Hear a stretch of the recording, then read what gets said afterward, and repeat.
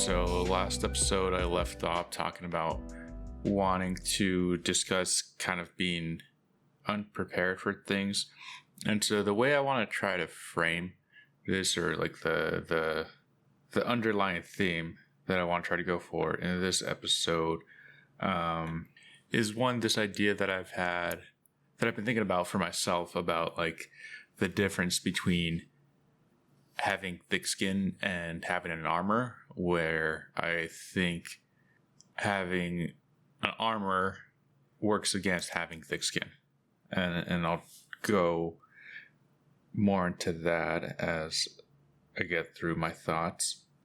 And the other theme would be about how I don't think you can really say what you would do in a situation that you've never been in. And I'll start off by elaborating on that. So when I first started thinking about this idea was around the time I was around college time, when I was getting into my first relationship.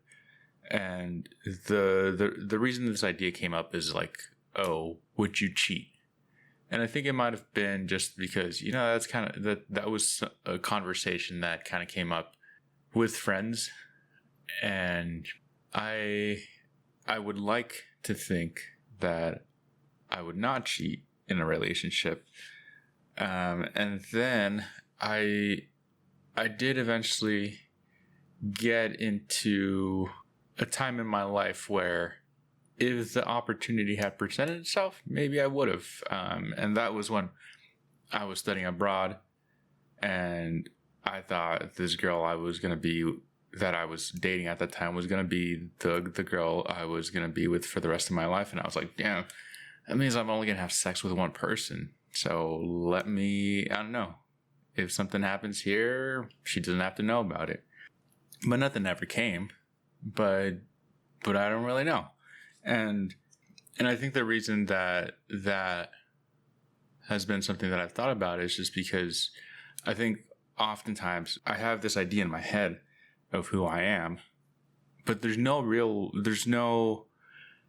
sandbox where I can test that out on all those hypotheticals. And so I have this idea of who I think I am based off the values that I have, based off how I've react to other people being in different situations, but I don't actually know. I don't actually know how I'm going to show up until I'm put to the test. That's something that I think about because it's part of the broader thinking of like, who are you really? And also I think it's a way to help explore how people change over time. Maybe not explore, but like, I think it's somehow related to how people can change over time, and how you said at one point you thought this one thing, or I said I would react this one way. And then when it actually happens, I react another way. I think that's important to know, because from how I judge other people, how I judge myself, I see this rigid view that people need to be congruent with what they say.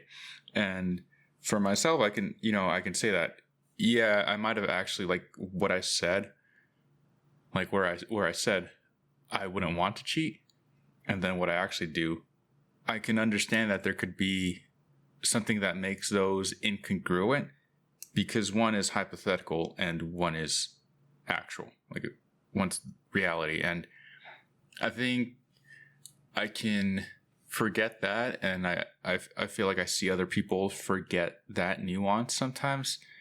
And so I'll get mad at someone for not saying true to their word, but I think it's something that is difficult to do, because you can't, it's almost like trying to predict the future. It's like, it's a toss up.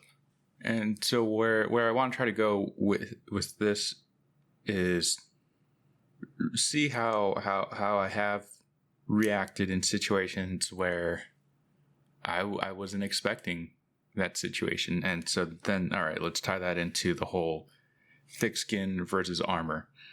So something I would say is kind of defined my personality and my habits was this behavior of perfectionism and almost trying to always predict and understand what the future would be. And I do think I got pretty good at it. I think I got pretty good at noticing patterns, kind of understanding how people reacted to certain information.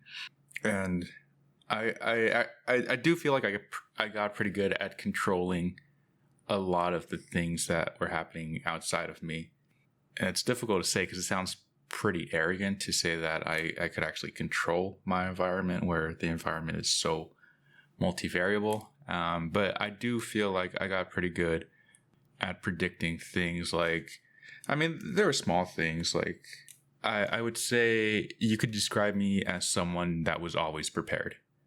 And I could just think of like situations where I made plans with someone and I'm thinking of a specific example that I know happened, but I don't recall the scenario, but I just remember we planned something and then something happened that was like gonna mess up our plans. And then I kind of pulled out my ace in the hole because I kind of thought that it was a possibility and I was just going to let things go.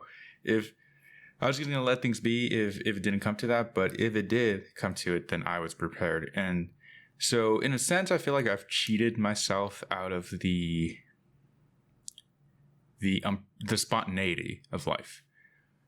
And so to keep going down this train of thought, you know, I would often hear stories from my friends about just like things that are happening in their life. I'm like, dude, why is like crazy shit always happening to people? And what I kind of came to the conclusion of is because they're not preparing for life. They're just kind of moving through and whatever happens. And one person I could think of was this girl I worked with when I was in college. And I just remember every week she would come back and tell me like a different crazy story about something that happened to her from the last week I saw her. And I was always like, damn, that kind of sounds stressful and whatnot. But yeah, what I came to kind of see is I think there was this general lack of preparedness on her part. And she was just, maybe she wasn't thinking about it. I'm not saying it was a bad thing that she wasn't prepared. I'm trying to say that more objectively. But that's what I kind of saw, that she was just kind of always not thinking ahead and would just kind of get into whatever situations she was getting with her, like her friends and whatnot. Like there was one time she told me that one of her friends borrowed another friend's car and she didn't know how to drive, so they were like trying to teach her how to drive, and the friend crashed into someone else, and then someone crashed into them while the unlicensed friend was driving, and somehow it was going to be that the unlicensed person was going to have to pay for the damage to the person that ran into them. And then like this other thing with like two dudes that she was friends with, like getting into an altercation at a party and a guy pulling out a gun. And I was just like, dude, this is it's comedy. It's entertaining. It's funny, but that's crazy that like someone's life is that hectic. Because then I would look at my life, and my life felt pretty planned out, and it was safe. You know, it was safe because I made it safe. I try to make it as safe as possible. And through trying to make my life predictable and safe and always be in control, this is kind of where I frame it as I built up this armor. I made it so that nothing or no one could touch me. And so instead of developing thick skin, I just developed a thick armor. And because the skin is always protected by the armor, then the skin underneath is thin, for this metaphor to work. And that's kind of, I was there maybe in the last 5 years is kind of where I really started thinking about that more and wanting to add more variety to my life. And the reason that I try to make my life so safe, to some, I think you could argue it as being some sort of defense mechanism, childhood stuff going on. I don't think it's too important to try to dissect why I try to make my life safe. But what I want to understand more is, like, I guess how I did it and what was the outcome of it. And I'm not trying to find the root cause, but I'm still trying to understand why. And the reason why I did it is because I guess I didn't think I could handle the unexpectedness of life. If I don't know if you could relate to that, but yeah, unexpected shit in life is super stressful, and it can get you to a place where, like, you don't know if you're gonna get out of it. You don't know how you're gonna get out of it. And I guess I was trying to avoid that. I didn't want to put myself in this situation. I think it's a little bit of both of not thinking I had the skills to get out of it, but also, well, I guess part of it, I think, is I didn't think I had the safety net to ever fail.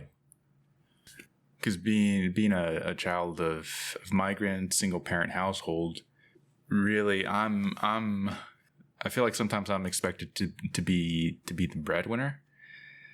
And so as much as I like had distanced myself from my family, that's always been a responsibility that I feel like I hold, that I need to at some point pull my mom and I think even my sister out of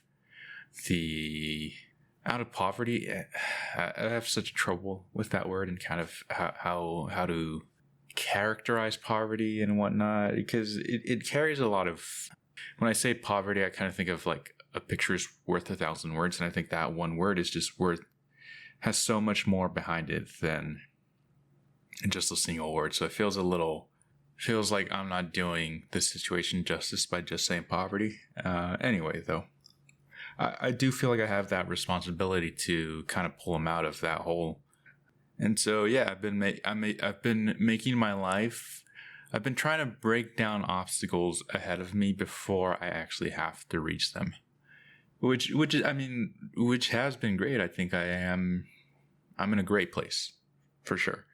I'm in a great place. I'm happy with what I've been able to do with the life that I've been given, with the situation that I've had to overcome, but that I do think that has made my life kind of boring, and it's kind of fine because I kind of like boring sometimes. I don't have too much trouble with it, but I think I miss out on opportunities, and I would like to have just more opportunities, whatever they may be, just to experience life in a way that gives me stories. I think that's what I'm searching for, really, is I really enjoy hearing the stories from my friends, of just everything that's going on in their life. And I want to have some of those short stories to share for myself and to think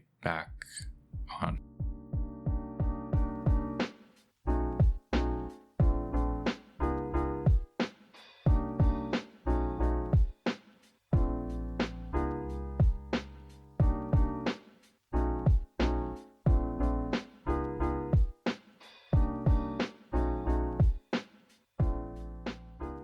All right, so now let's talk about some of these times where I was in situations where I wasn't really prepared for.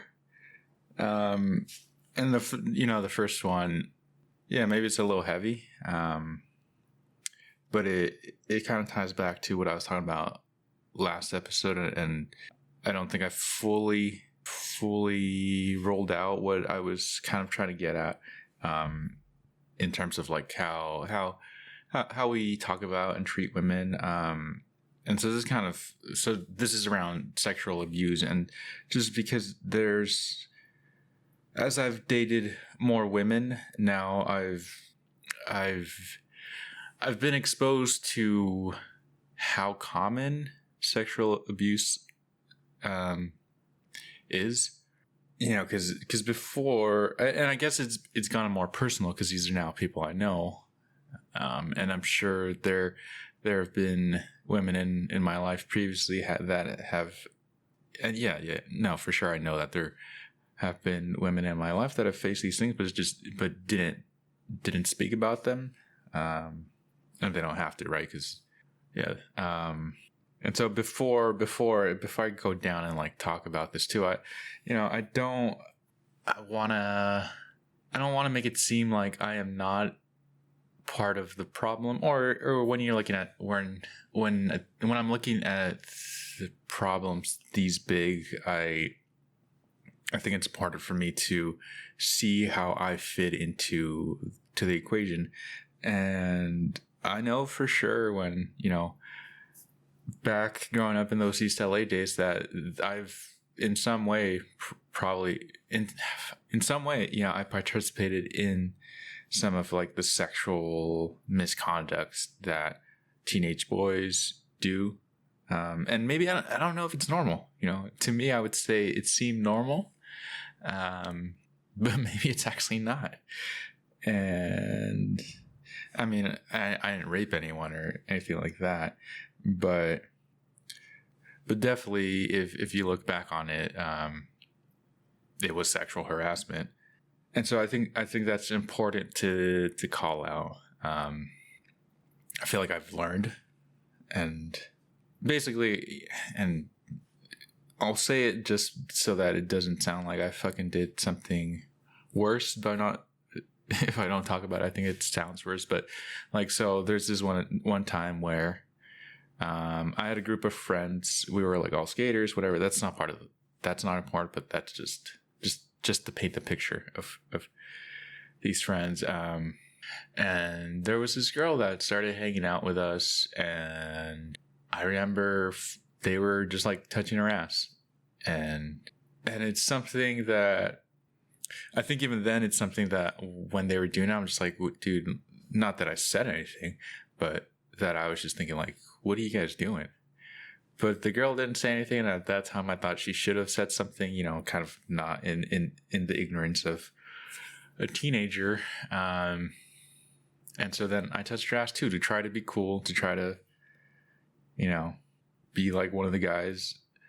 And I don't know if I'm making this part up anymore, or if like it actually happened, but I feel like when I did it, it was, to her, it was almost like, oh, I didn't think you would do this. With like everyone else, she's just like, that's just how these guys are. But she's like, oh, from you? Like, yeah, but I don't know if that's just something I've made up at this point. Yeah, so, in some way, I have been part of the issue, and I'm sure, and there's probably something, and I still play a part in this somehow. All right, so yeah, so I think before, I have had friends share that they've been sexually abused, but it really hit different when it became someone that I was dating. Because now there's enough intimacy where I can't ignore it. When it's a friend, sure, I the best thing to do is to be supportive and whatnot, but in some ways it didn't feel like my responsibility to take on that emotion. But then when it has been someone that I've been dated, then that's obviously adds more depth to the complexity of the relationship. And then as someone who wants to help and like to make her feel better, or I start going into that, how can I make her feel better? when again, it's definitely not my responsibility, and I don't think there's really anything I could do to make her feel better. I think that the kind of is more on every individual. I think every individual, myself, if something bad happens to me, it's up to me to decide how I want to deal with it. But obviously, if you have someone around you that loves you, they're gonna try to help, and they want to help. Like I want to take that pain away from them, but you can't. And yeah, I mean, I think in the situations where someone has brought that up to me, I've tried to be as supportive as possible, but there was no way to prepare for that, right? That was just one situation where I was like, yeah, if someone tells me that, for sure, I want to be as supportive as possible. That's not something that I think makes them undesirable. It's fucked that it happens, to anyone, men, women.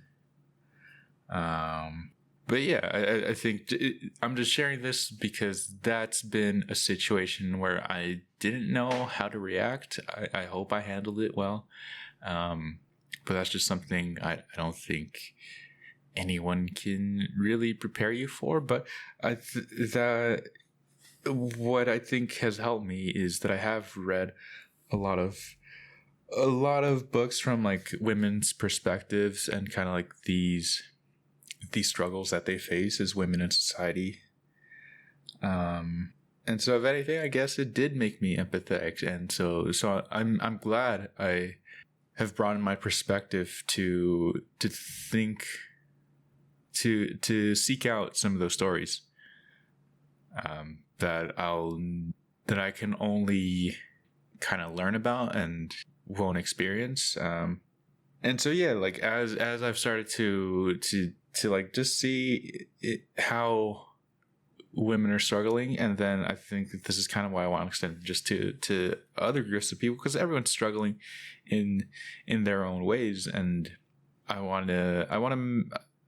feel like it's part of my purpose in life to try to figure out a way to lessen those struggles.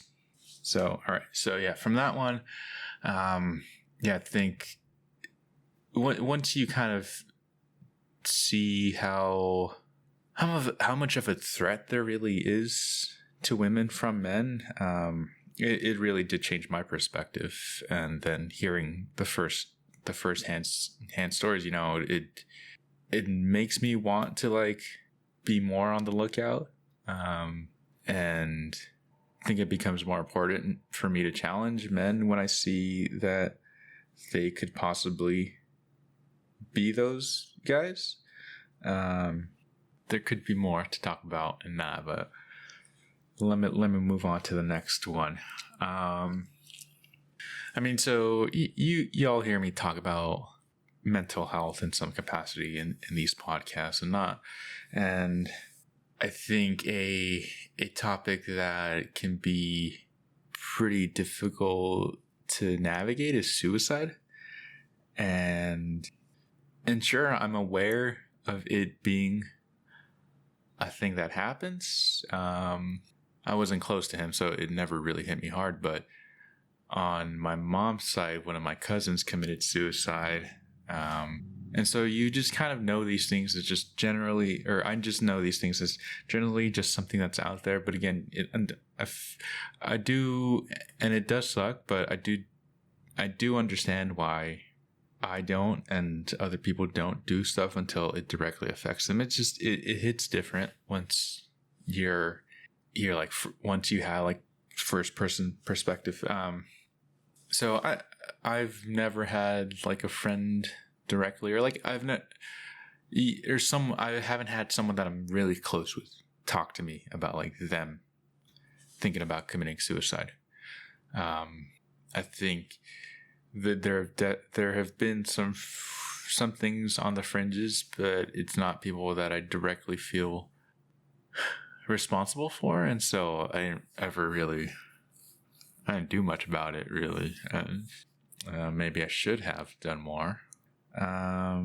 maybe I didn't do more because I don't know how to do more. Again, because if you don't have, I think it really, I see it as having been dependent on the type of relationship that I had with that person, and I didn't have that closeness to know how to talk to them, and so it's definitely an uncomfortable thing, and so I ignored it. But that's not that's not what I had in mind of what I was going to talk about. The situation that I had in mind was a girl that I was dating told me that she had tried to commit suicide a couple times previously. And I'll be real, in my initial reaction to myself, I was like, fuck, man. Why am I always picking these crazy girls?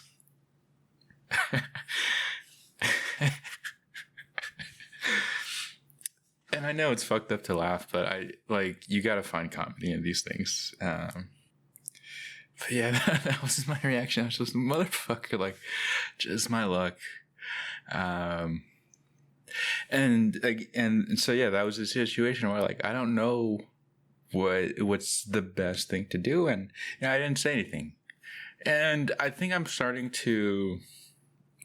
That's what I'm seeing. Is just, it might be the best approach sometimes. It's like not say anything, but just somehow be there for that person. So like, all I did was like hug her. I just like, we were already in bed, just kind of having an intimate moment, and so like I just kind of continued to hug her to express that I was there. That I guess that's what I was trying to express in some way, that this was not something that was pushing me away. And so the physical, the hug and that physical closeness was supposed to convey that message that, like, hey, I'm here, you're safe with me, whatever. Because I think about that too when people are grieving, and more like I recall the time when my mom lost her mom. She was hysterical, and like my mom, my brother, my sister, they were like, you have to stop crying, you have to stop crying. And I was like, what the fuck do you mean you have to stop crying? Like, this is just something where you just like let it out. There is no stopping that. And I think in that time, I didn't tell my mom like, hey, stop crying. I'm just like, if you're gonna cry, all right, cry, and like I'll just be here with you until you stop crying. And yeah, I think in those situations, probably that's the best thing to do. I'm just gonna try to be there. And all right, so I think that's kind of what I'm trying to. I think that's so when I look at these things, kind of this underlying reaction that I see is almost that I tend to just like freeze. You can think about it as fight, flight, or freeze. And a lot of times I feel like I just freeze. I feel like I don't do anything. Which is a little bit concerning for me, because sometimes, or I picture myself as someone that would get into action and wouldn't flee. Like a scenario that comes in my head, more so lately, is like, if there's an active shooter. Like, if there's an active shooter, I would very much hope that I'm gonna do whatever I can to like help take this guy down. I have this kind of a story in my head of like me being the hero of the day and taking this guy down. But who knows? Like, maybe I'm gonna be fucking scared and fucking hide. But I hope not. I really want to see myself be someone that actually takes action.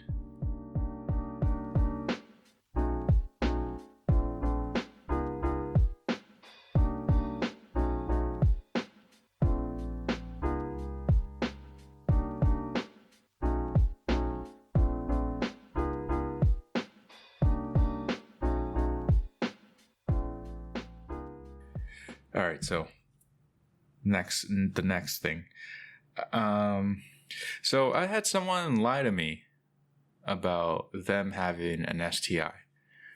And when it happened, again, my reaction was to be empathetic and be like, oh, you know what? I get it. This is something that like is embarrassing. Yeah, of course he wouldn't want to tell me. But so there was this girl I was seeing, and I asked her, like, before we started having sex, I asked her, have you been tested? As I do with most girls that I'm with. And she's been like, oh yeah, I'm clean.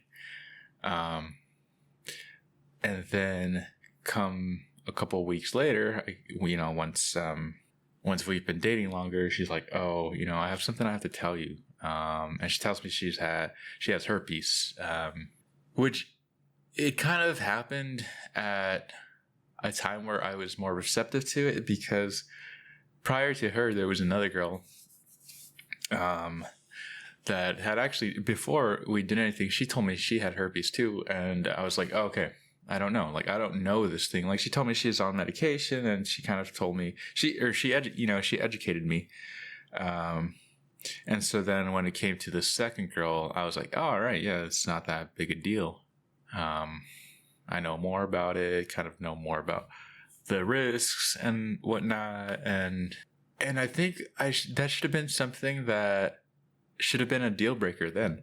Like, to someone to lie to my face like that is not fucking cool. Shit ain't right. Again, I still have the empathy to understand why you would do it, but I should have just cut things off then. And kind of seeing what the next 1 or 2 months were, and seeing how she was, is definitely just part of the type of person that she was. And so that was like a clue of what was to come. On that one, I'm glad I got out when I did. It was probably longer than I should have stayed around, but at least there was no long-term like waste of my time. But yeah, so like that, I think that's a situation where I would say, in the hypothetical, that if someone told me that, and definitely if someone else told me that's like, yeah, dude, that's a deal breaker. Just, that's fucked up. Person doesn't respect you, but that's not how I reacted.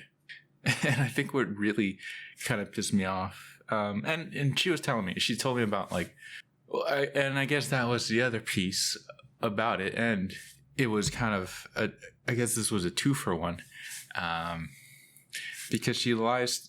She tells me about how she has the STI, and she tells me why she got the STI, about this guy that was like, they were at a party and shit happened. And well, she didn't tell me exactly. I didn't hear the word rape come from her. But it sounded like she was in a situation she didn't want to be in.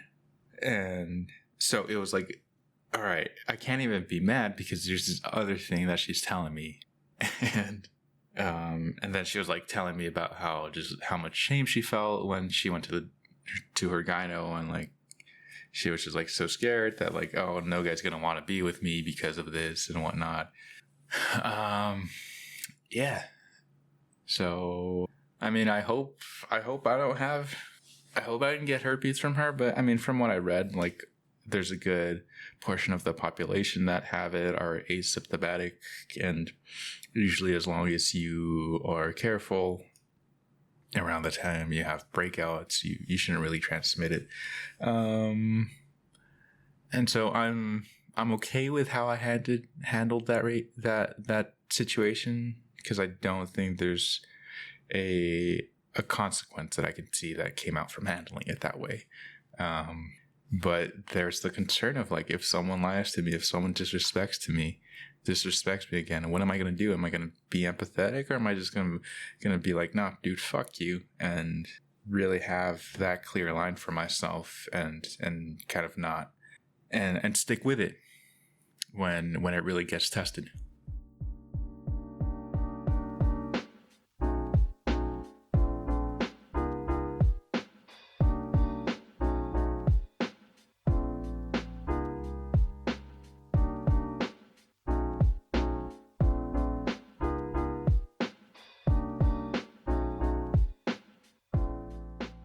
this next one is another example where like someone crossed a clear line that I set, and I still didn't really do shit. All right, so then there was this other girl. Yeah, it's kind of the theme here too, right? But yeah, there was this other girl. We've known each other for a couple years now. We'd been friends. We'd hung out here and there. There was definitely this spark between us, but neither of us really acted on it. I think we both kind of knew we weren't really like the right people for each other. So we didn't take it past being friends, and we didn't really talk about it either until I think it kind of came to this point where I was down in LA visiting her and another friend around Halloween, and we're going to a couple of different parties. And this whole time there, you know, I'm trying to spit game while I'm down there. I'm like trying to break out of my shell in that regard. So there's a couple different girls that I'm talking throughout the different parties that we're at, and I kind of feel that she's like jealous, or like she's definitely acting in a certain way about it, where I'm just like, why are you acting this way if you're like, unless you're into me, there's like no real reason for you to act this way. And so we end up at her place at the end of the night, and one thing leads to another, and I'm in this situation where it's like very clear, you know, there's that sexual tension there. And I tell her, like, I don't want to cross that line. And even when I tell her no, she still kisses me. And that's all she does. And I'm okay just saying that's all she does, because I think the threat of it was minimal. And I take it all with just kind of the whole picture in mind. And at the end of the day, you know, I can't say it was not a big deal. I can understand other people saying out there that like it is a big deal, but again, that's my decision on how I choose to handle the situation. But in that moment, I was like, I said no, and she crossed that boundary, and I mean, I started crying. This was just like, my physical boundary got violated in this way that I never really thought of could be possible. And yeah, I start crying because I don't know. It's just like, it's so shocking. Yeah, man, it was so unexpected. I was not prepared for it. I was not prepared. And it's just like, it's just all emotion at that point. It's just like, I can't think. It's just like kind of taken out of my body, and I can't react. But yeah, that was kind of that's as far as things go. She just kissed me.